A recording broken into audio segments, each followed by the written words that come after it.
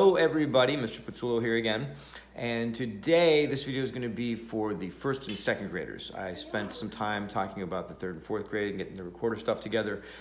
This one's going to be for content and things that first and second graders could do to keep themselves busy. So we're going to get right to it. Again, thank you to my cameraman Dominic. He's doing a great job. What do you got there? Ice. Ooh, very Ice. cool.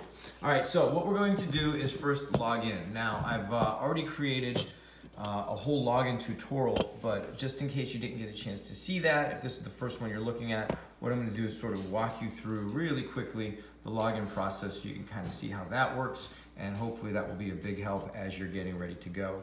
Now, for your Quaver name, if you're in second grade, we just did this, and most of you will remember that your Quaver name is just going to be your first initial followed by your last name. So for a lot of you, it's going to look something like this. My name is Vincent Pizzullo, right? So it'll be the first letter of my first name, V, and then my last name, P-I-T-Z-U-L-O, all right? So obviously your Quaver name's not going to be V Pizzullo, but it would be the first initial of your first name followed by your last name. And then your password is going to be your 4-digit student ID, but we added a 00 at the very beginning. So it would look something like, let's say your ID, your student ID was 1234. Your password would be 001234, and that would be your password. If you have a really common first and last name combination, some of you may have had to add 2019 after it. So if your name was like Fred Lee, and there's a lot of Fred Lees floating around, it would be F-L-E-E, plus there's not enough characters for the password, so we would have added 2019. So if you're trying your first initial last name and it's not working, try adding 2019 at the end of it and see if that helps. Now, for the Quaver code, this is where it's going to be a little bit different. Each class has their own Quaver code, right? So let's say you're in Miss Wagner's class and you go to music with Miss Mullen.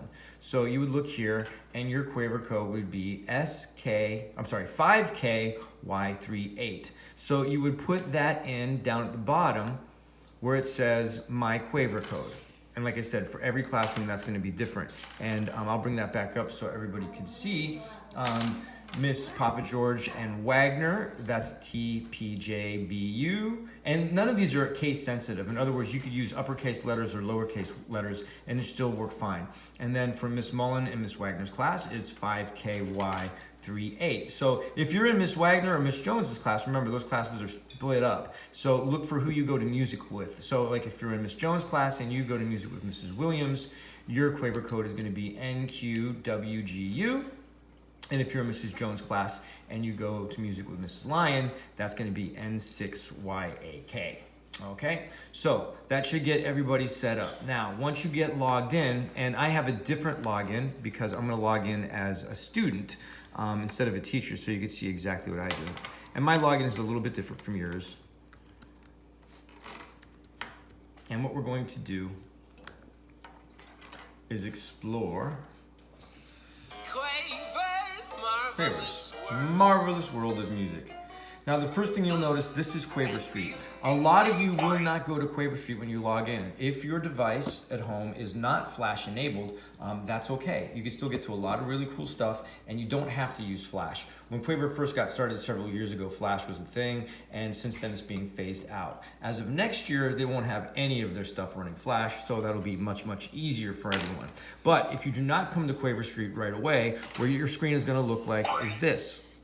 If you are running Flash and you go to Quaver Street, there's a few things you can get to and get to differently, but everybody will have a student dashboard. If you're running Flash, you go to Student and click on that, and then boom, here we are at the student dashboard. Now, if you're not running Flash, this is where you're gonna go first. So eventually everyone's gonna end up here. Okay, now, what we're gonna do today is we're going to explore some of the things that I put for you in the assignments. I just added these a few days ago. So if you click on assignments, you're going to see a screen really quick that I'm just going to see a screen that you're not going to see, okay? So I have this screen just because I'm a teacher. You will just go straight to your classroom. So for right now, I'm just going to pick Miss Lyon and Miss Jones' class just for, well, why not? And then you'll come to this. Now, you should see your teacher's name there, and you should also see your Quaver name on the screen if you're in the right place. So what I've done is I've added a couple different things. One of the tabs we're going to look at today is a tab that I created called Fun Songs.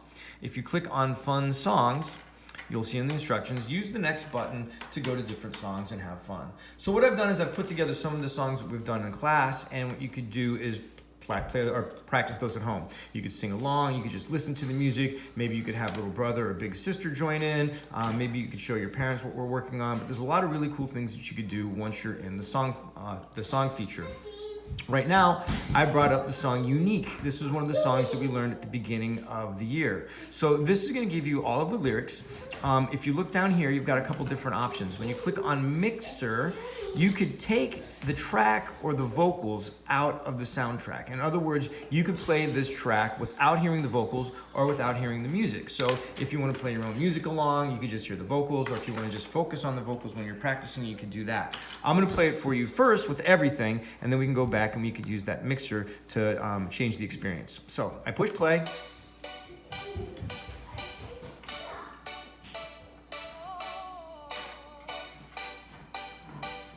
And this is just like the stuff we see in class.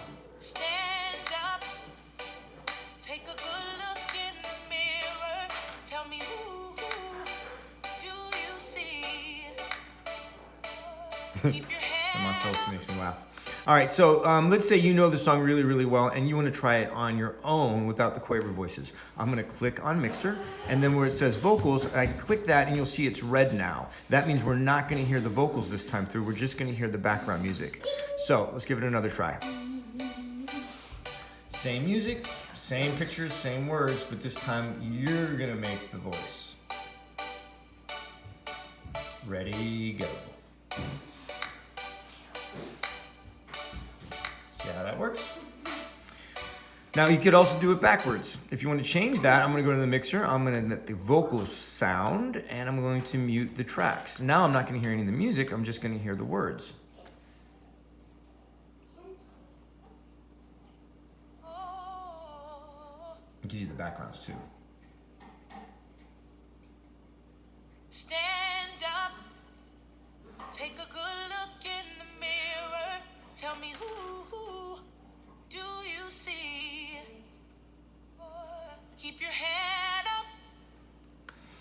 So that's one of the fun things you could do. If you click down here where it says Unique Lyrics, it's going to bring up a menu of the songs that I've put on there. So I've got Unique with just the lyrics, Unique with the full score, Rocky Mountain, this was the partner song that we did, Quaver's Candy Making Machine, Stinking Pirates with the lyrics, and then of course Stinky Pirates with the full score. So there's some fun songs that you could play around with at home. Now, anywhere you want to go in Quaver Music, just find the exit sign, and that's going to take you back to your student dashboard, which will eventually end up in the same place we started. There's another exit sign. So, there are also Quaver books. I'll cover all this in another episode. But Quaver books are some interactive books that you could use to read about special events, people, places, and things in music history. There are some cool creatives, and then there's also some student interactives. We're going to get to those in another episode. Explore those on your own, and I'll be walking you through some of the stuff later on. I hope you guys are enjoying your Quaver experiences. Don't forget, you've still got 3 more days to get in on some of those free resources that I showed you. The Berlin Philharmonic is providing free concerts, and you also maybe want to check out the San Francisco Symphony. They're doing some cool stuff with music history. So hopefully you're getting on this and having fun. Hopefully everybody's still healthy, and I will check in with you a little bit later.